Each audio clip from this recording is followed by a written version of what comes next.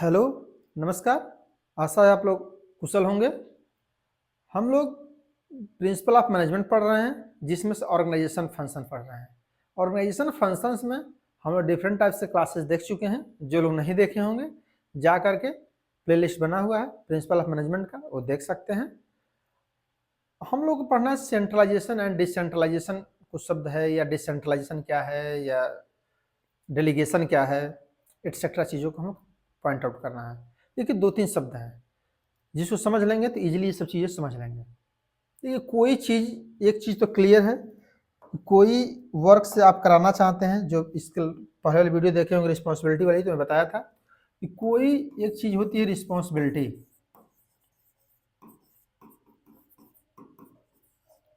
Responsibility and second is to authority,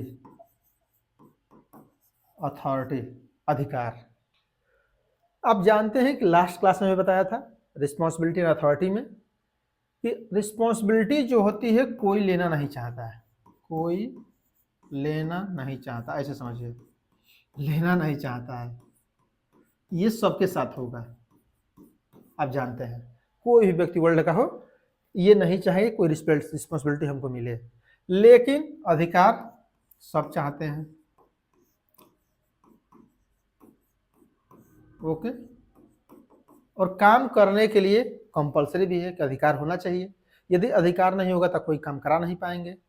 ये दोनों चीजों को आप जानते हैं। इसका मतलब क्या है कि इसमें ज्यादा दिमाग नहीं लगाना है आपको रिस्पॉन्सिबिलिटी में, क्योंकि वो तो कोई लेना ही नहीं चाहता है। ज्यादा दिमाग लगाना अधिकार के संबंध में, क्योंकि अधिकार ही सब कुछ करता है। किसी को मर्डर करना है, किसी को मारना है, किसी को बोलना है, किसी को फेल करना है, किसी कागज पर काम करना है कि नहीं करना है, किसी का फंड पास करना है कि नहीं करना है, दैट इज सभी कुछ किस पर है? अधिकार पे है, कि आपके पास अधिकार है कि नहीं है। इस अधिकार के द्वारा ही सब काम प्रिपेयर हो रहा होता है।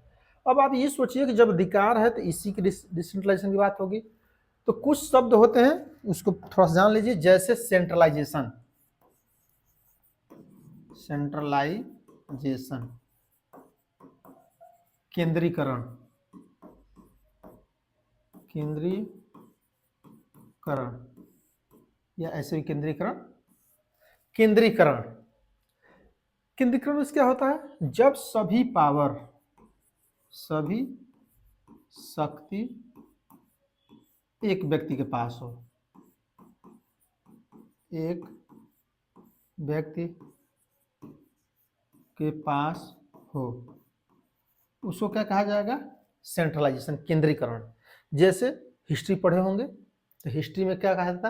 पहला प्रशासन जब आता था, प्रशासन के लिखने के लिए, तो सभी में आप देखे होंगे प्रशासन के लिए कई शब्द दिखाता है कि कोई भी राजा केंद्रीकरण प्रणाली था। सभी जगह आप पढ़े होंगे, अगर जानते होंगे केंद्रीकरण। इसका मतलब क्या है कि जो राजा होगा सर्वोच्च है, चाहे न्याय करना हो, चाहे आदेश देना हो, चाहे कोई जुडिशरी वर्क करना हो, चाहे रूल बनाना हो, सभी जगह प्रशासन में केंद्रीकरण था, राजा सर्वोपरि है। आप जानते हैं तो राजा की पावर क्या है? सेंट्रलाइज्ड है, पावर सेंट्रलाइज्ड है, इसलिए सेंट्रलाइजेशन यूज कर रहा है। लेकिन इसका डिफिनेशन करना तो कैसे करना हो, समझते हैं? वह कोई भी ऐसा कार्य जो कि किसी एक व्यक्ति के अधिकार को बढ़ाता है, दैट इज सेंट्रलाइजेशन। और वह कोई भी प्रक्रिया जो कि एक व्यक्ति के पावर को कम करता है, दैट इज डिसेंट्रलाइजेशन। तो इसका जस्ट इनवर्स क्या होगा? डिसेंट्रलाइजेशन। डिसेंट्रलाइज कर दीजिए पावर को, पावर में डिस्ट्रीब्यूट कर दीजिए। जैसे राजा यहाँ पर था, जब अंग्रेज आए उसके बाद जुडिशरी सिस्टम लागू हुआ, सब चीज़ें रूल लागू हुआ, तो रूल में आप जानते हैं 3 रूल्स डिफरेंस हो गया। फर्स्ट पे क्या होगा? विधायिका आ गई रूल बनाने के लिए। कानून कौन बनाएगा? विधायिका, संसद, ऐसे समझिए, संसद। ओके, नियम लागू कौन करेगा? प्रशासन, जिसको सरकारी भाषा में कहा जाता है कार्यपालिका। जो पढ़े होंगे वो जानते होंगे, कार्यपालिका। और एक हो गया न्यायालय, न्याय देगा, जुडिशरी, जो डिस्ट्रिक्ट जज होते हैं, सुप्रीम कोर्ट के, हाई कोर्ट के, ये 3 अलग। इसका मतलब क्या होगा कि पावर क्या होगी? डिसेंट्रलाइज हो गई। जबकि पहले क्या था, राजा सर्वोच्च था। अब क्या हो गया कि संसद के प्रधानमंत्री सर्वोच्च हैं, कार्यपालिका के राष्ट्रपति सर्वोच्च हैं, न्यायपालिका के सुप्रीम कोर्ट के मुख्य न्यायाधीश सर्वोच्च हैं। इसके बाद 3 सर्वोच्च हो गए सुप्रीम। इसका मतलब क्या हुआ कि 3 लोग अब क्या हो गए, पावर डिस्ट्रीब्यूट हो गई, राजा की पावर को डिस्ट्रीब्यूट कर दिया गया। इसी को डिसेंट्रलाइजेशन कहा जाता है। तो चीजें आपको समझ में आ गई होंगी कि डिसेंट्रलाइजेशन क्या होता है, सेंट्रलाइजेशन क्या होता है।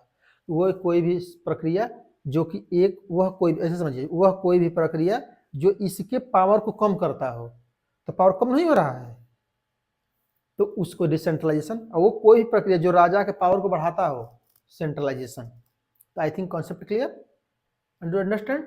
चलते हैं डेलीगेशन। डेलीगेशन समझिए, व्हाट इज डेलीगेशन।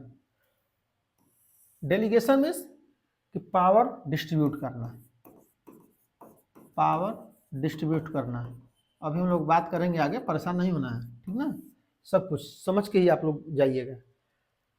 डेलीगेशन ऐसे समझिए कि कुछ समथिंग, अगर इसको एप्रोप्रिएट यूज किया जाए, something power distribute, okay, distributed.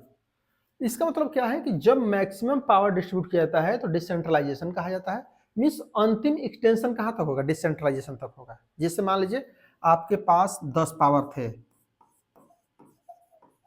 Okay, 10 power थे आपके पास कि 10 चीज बोलेंगे तो लोग कर देंगे। आपने क्या किया कि 5 पावर किसी और को दे दिए, इसको कहा जाएगा डेलीगेशन ऑफ पावर। लेकिन मान लीजिए कि वो हमेशा के लिए 5 पावर दे दी जाएगी, अब हम 5 पावर रखेंगे ही नहीं हमेशा के लिए, तो अब 5 पावर इसके पास बचा है, 5 इसको, तो इसको डिसेंट्रलाइजेशन बोला जाएगा।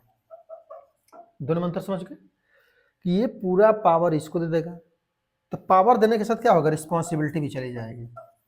लेकिन इसमें रिस्पॉन्सिबिलिटी नहीं जाएगी, क्यों, क्योंकि कुछ पावर कुछ टाइम के लिए दिए हैं, सम टाइम्स के लिए, इसलिए रिस्पॉन्सिबिलिटी यहाँ पर रहेगी, यहाँ पर नहीं रहेगी। जो ही ये पूरा पावर दे दिया, समाप्त। तो इसका मतलब क्या है कि फाइनली यही होगा, 1 देंगे, 2 देंगे, 3 देंगे, 4 देंगे, 5 देंगे, जितना देंगे डिसेंट्रलाइजेशन होता चला जाएगा। तो डेलीगेशन में पावर थोड़ा बहुत दिया जाता है और डिसेंट्रलाइजेशन में मैक्सिमम पावर दे दिया जाता है। चीज समझ में आ गई होंगी। अभी हम लोग दोनों में डिफरेंस देखेंगे, डोंट वरी।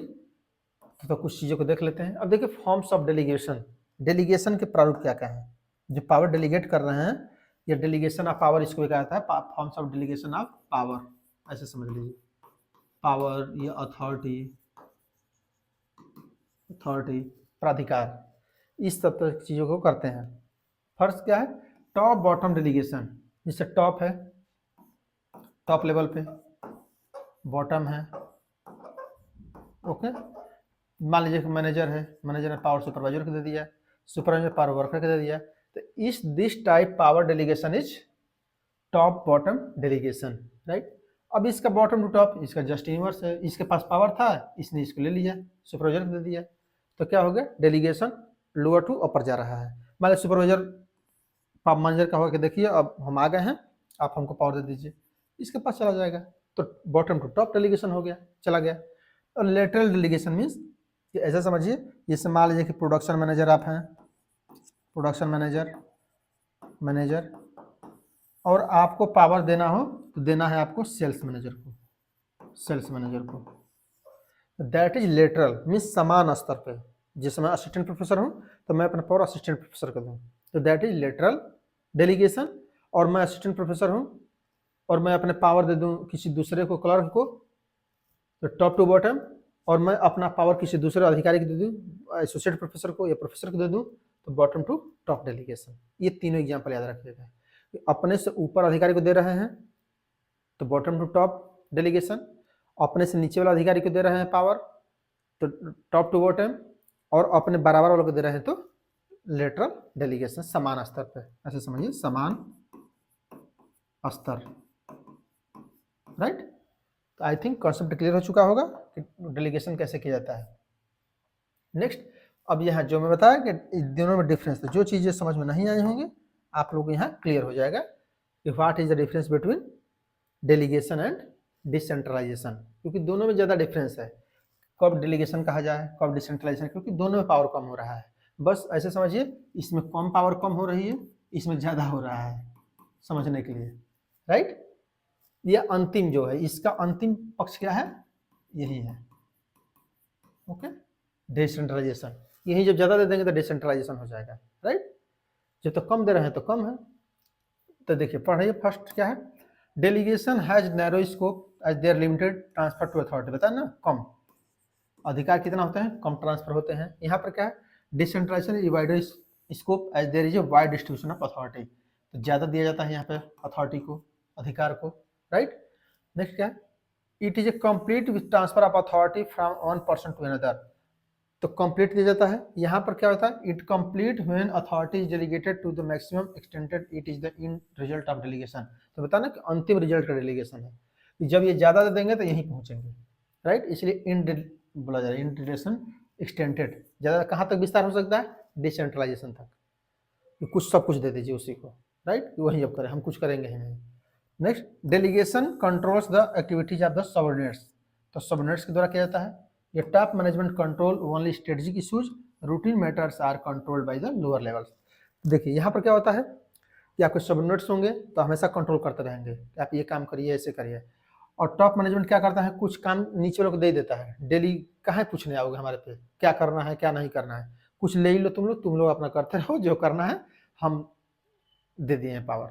तो यहाँ पर सिंपल सी बात है कि हमेशा टॉप अधिकारी हमेशा बताता रहता है डेलीगेशन में, इसमें क्या होता है, कुछ पावर दे देता है डेली वाला, कुछ मेजर प्रॉब्लम है, मेजर डिसीजंस लेने हैं, मेजर कोई एफर्ट्स लेने हैं, तो आप डिसेंट्रलाइजेशन नहीं में है, तब आप पूछेंगे अधिकारी से, अदरवाइज नॉर्मल रूटीन काम चल रहा है, no problem, appropriate decision you take a appropriate decisions.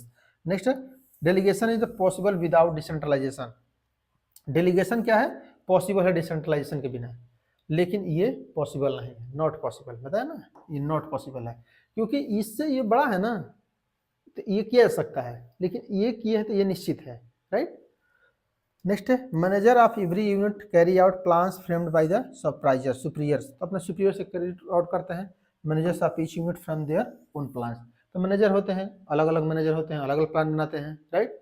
जिस मान लीजिए कि टाटा की कंपनी है, तो टाटा अलग अलग कंपनियां हैं, तो अलग अलग मैनेजर हैं, तो अलग अलग अपना प्लान बना रहे होंगे, लेकिन कोई मान लीजिए कई कंपनी है तो उसके अंदर डिफरेंट टाइप्स के लेबर होंगे तो अपना काम कर रहे होंगे। Next, ultimate responsibility for delegated task remains with the delegation, ultimate responsibility को ट्रांसफर करना होता है, responsibility rest with the decision making units, तो यहाँ पर क्या होगा, रिस्पॉन्सिबिलिटी को रेस्ट के साथ डिसीजन मेकिंग में, राइट।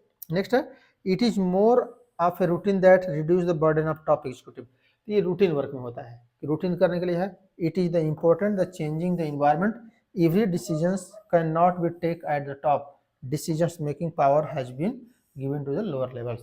तो जानते हैं कि बड़ी कंपनी है इतनी, इस बड़ी कंपनी में डेली डिसीजन लेना कितना ईजी है, तो कुछ पावर दे ही दी है। जैसे मान लीजिए प्रेजेंट एब्सेंट ही लगाना है, जो प्रेजेंट एब्सेंट लगा रहा है उसको पावर दे दिया गया कि देखो जिसको चाहे तुम पैसा काट लेना, कोई दिक्कत नहीं है, हमसे पूछने बताना है।